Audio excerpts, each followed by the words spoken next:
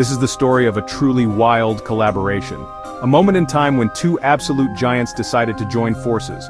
On one side you have Mercedes-Benz. They are the masters of German luxury and engineering.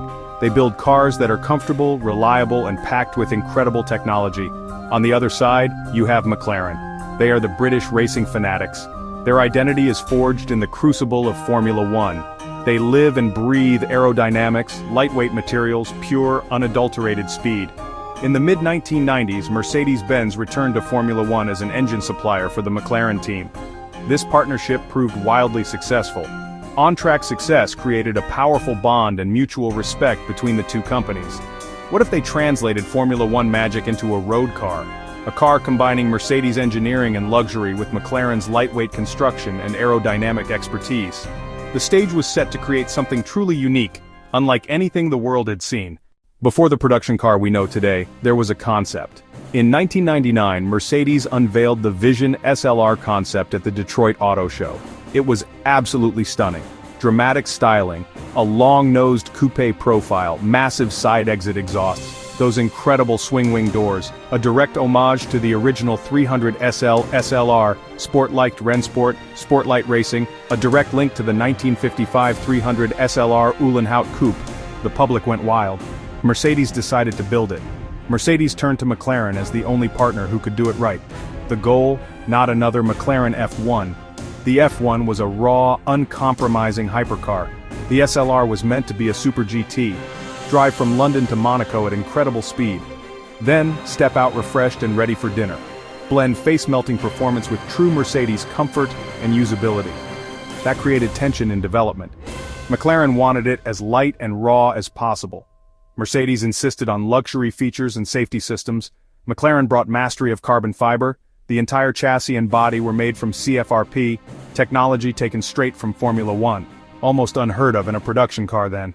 A monumental engineering feat. Meanwhile, Mercedes focused on powertrain and technology.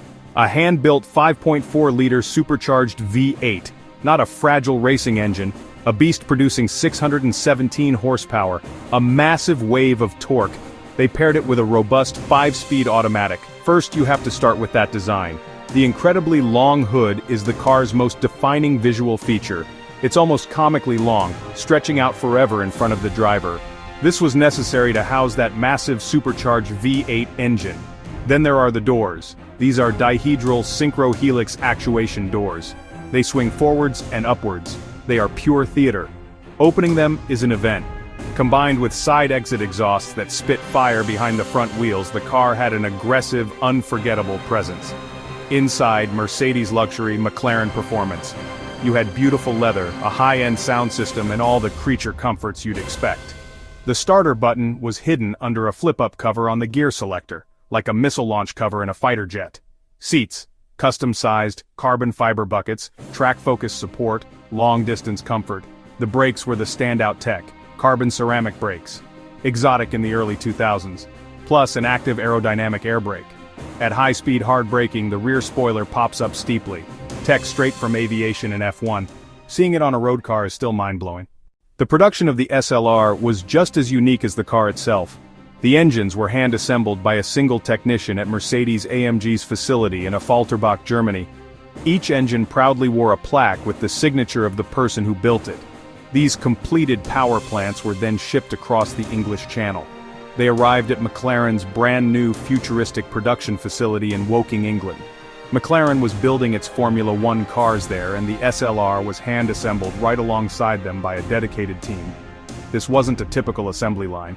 Building a car out of carbon fiber was slow, meticulous, and incredibly expensive. The level of craftsmanship was extraordinary. Each car took hundreds of hours to complete. Technicians carefully bonded and fitted the intricate carbon fiber chassis and body panels. The paint process alone was a work of art. It gave the silver paint a liquid metal look that highlighted the car's dramatic lines. When the SLR launched, its performance was staggering, 0 to 60 in about 3.6 seconds, a top speed of over 207 miles per hour. But the numbers didn't tell the whole story. The SLR experience was defined by sound and the feeling of acceleration. The supercharger's high-pitched whine and the deep guttural roar from the side pipes. The V8's surge of torque pinned you to your seat. a force that felt like it could tear a hole in the space-time continuum. The car wasn't perfect, and that's part of its charm. Those imperfections gave the SLR character. It wasn't a precision tool like a Ferrari, it was an automotive, muscle-bound sledgehammer.